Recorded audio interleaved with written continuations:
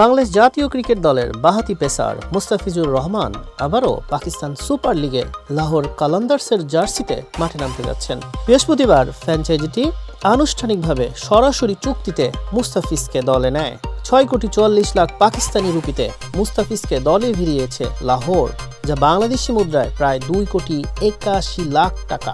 আইপিএলে চড়া দামে বিক্রি হলেও শেষ পর্যন্ত খেলতে পারেননি মুস্তাফিজ। পিএসএলে মুস্তাফিজের এই অন্তর্ভুক্তি তার ভক্তদের জন্য এক বড় সুসংবাদ নিয়ে এসেছে। এর আগে ২০১৬ এবং ১৮ মৌসুমে লাহোর কালান্দার্সের হয়ে খেলেছিলেন মুস্তাফিজ। পুরনো খেলোয়াড়কে আবার দলে পেয়ে উচ্ছ্বাস প্রকাশ করেছেন ফ্র্যাঞ্চাইজিটির মালিক সামিন রানা। তিনি মুস্তাফিজকে কেবল একজন খেলোয়াড় হিসেবে নয়, বরং তাদের পরিবারের একজন সদস্য হিসেবে অভিহিত করেছেন। তিনি বলেন, মুস্তাফিজের অভিজ্ঞতা এবং কাটারের দক্ষতা পিএসএলে ১১তম আসরে শিরোপা ধরে রাখার লড়াইয়ে লাহোর কালান্দার্সকে অনেক শক্তিশালী অবস্থানে নিয়ে যাবে। মুস্তাফিজ দলে যোগ দেওয়ায় শাহিন শাহ আফ্রিদির নেতৃত্বাধীন লাহোরের বোলিং আক্রমণ এখন আগের চেয়ে অনেক বেশি ভারসাম্যপূর্ণ।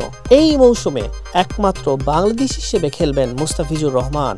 আগামী ২৩ মার্চ শুরু হবে পিএসএল এর ১১তম আসর। এবার ৬ দলের পরিবর্তে ৮ দল নিয়ে আয়োজন করা হচ্ছে টুর্নামেন্টটি এবং ড্রাফটের বদলে প্রথমবারের মতো চালু হচ্ছে নিলাম পদ্ধতি।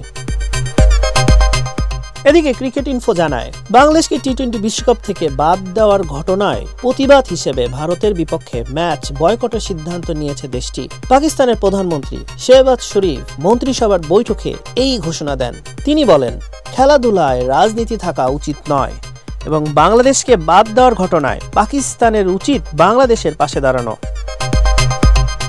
এই সিদ্ধান্তকে খুবই যৌক্তিক এবং উপযুক্ত বলে অভিহিত করেছেন বাংলাদেশের অন্তর্বর্তী সরকারের ক্রীড়া উপদেষ্টা ডক্টর আসিফ নজরুল। তিনি পাকিস্তানের প্রধানমন্ত্রী ও দেশটির জনগণকে আন্তরিক ধন্যবাদ জানিয়ে বলেন, এই অবস্থান আন্তর্জাতিক ক্রীড়াঙ্গনে বাংলাদেশের প্রতি অন্যায়ের বিরুদ্ধে একটি শক্ত বার্তা দেবে। বিশ্লেষকদের মতে, পাকিস্তানের এই সিদ্ধান্ত আসন্ন টি-২০ বিশ্বকাপকে ঘিরে আইসিসির উপর বাড়তি চাপ সৃষ্টি করতে পারে এবং আন্তর্জাতিক ক্রিকেট রাজনীতিতে একটি নতুন মাত্রা যোগ করবে। হাসান শাহরিয়ার, মানবকণ্ঠ।